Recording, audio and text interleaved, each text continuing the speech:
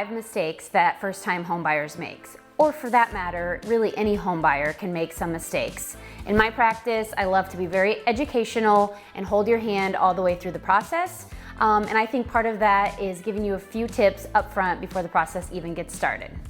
A lot of first-time homebuyers think that they won't qualify for a loan. So that is one of the first mistakes that people make. These days, you have so much leverage with banks and financial institutions that it's worth your while to at least check into it to see what the cost would be for you to purchase versus currently renting or living with family members. For example, this isn't your parents' era of 20% down and double-digit interest rates. You have so much buying power these days with low interest rates and government-sponsored programs that it's worth your while to check into something like that. Okay, so now you're pre-approved for your loan. A second mistake that I see people make is they don't think about all of the hidden costs that can be part of home ownership. So your lender has probably already told you about the principal and the interest that goes into the loan. And most lenders these days are also calculating for the taxes and the insurance. That'd be the property taxes and the homeowner's insurance on the loan. They call that the PITI. Most of that is already calculated into your monthly payment. But what a lot of people forget about is potentially hazard insurance for any flood zone that you might be in, mortgage insurance if you're not putting the full 20% down. A lot of lenders will include that. And don't forget about just the general maintenance and repairs that go into home ownership. I read a study recently that said homeowners spend an average of $2,000 a year on home repairs. So be sure to budget that in. And you're thinking, well, Casey, I bought a brand new construction home. I'm not gonna have any repairs or maintenance. Well, you could be right for the short term. I would advise you to maybe just put some of that money in a rainy day fund for later. But what people don't think about new construction is a lot of the stuff that would be there in a resale home is not there in new construction. For example, window coverings, blinds, maybe you need a fence in the backyard. Maybe there is not pulls on your drawers in your kitchen. Simple things like that can add up very quickly.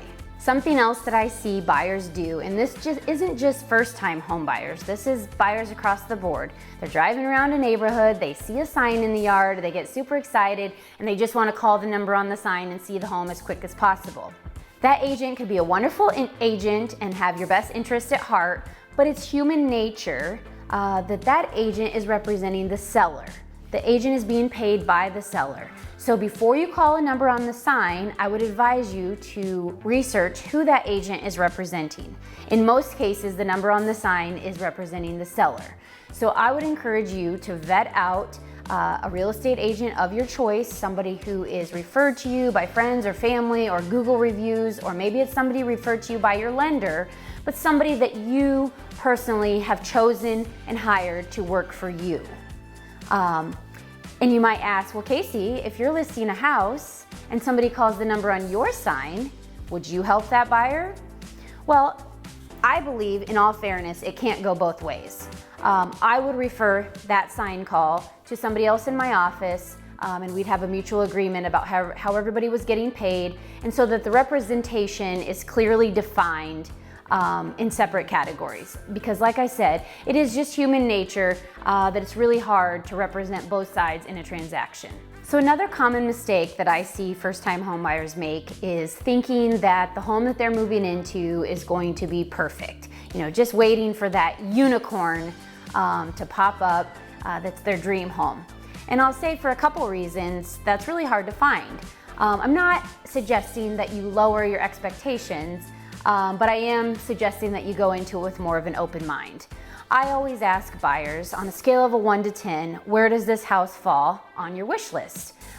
If it's an 8 or above, I feel comfortable that you should pull the trigger. Reason being is sometimes you can look at so many houses and then you pick them apart and nothing fulfills your expectations at that point, when maybe that house you looked at 2 weeks ago really was a really good fit and checked all of your boxes. Homes will not come without maintenance. That's just the nature of the beast. So there may be items that you need to repair. My job as an agent is to help you get a qualified home inspector to to review the major mechanical functions and safety features of the home to ensure that you are getting the highest quality home for what you're buying. My job, however, is not to fix minor defects, minor maintenance things, or cosmetic items. As I always joke, that's all part of the joy of home ownership. And lastly, I will say this 100 times over, and I'm sure your lender will remind you as well. You've went through all the hard work of saving up the down payment, making sure that your bills are paid on time, your credit is good, you've got your best interest rate on your new loan. We're in the process where you're about to buy your new home, and you decide, oh my gosh, Nebraska Furniture Mart is offering 0% financing. What a perfect time for me to go get my new furniture. Please don't do that. Please don't do that. It can wait. The problem is, even though Nebraska Furniture Mart is offering 0% and deferred payments for 18 months, as soon as you apply for that credit, one, it shows up as an inquiry on your credit bureau, which that alone may not be enough to hurt somebody with above average credit. But number two, it shows up as a minimum monthly payment regardless of whether Nebraska Furniture Mart is deferring that payment for 18 months. So while you know in your head, oh yes, I don't have to make a payment for a while, and by the way, I'm getting it 0% interest, it still shows up on your credit bureau as an obligation.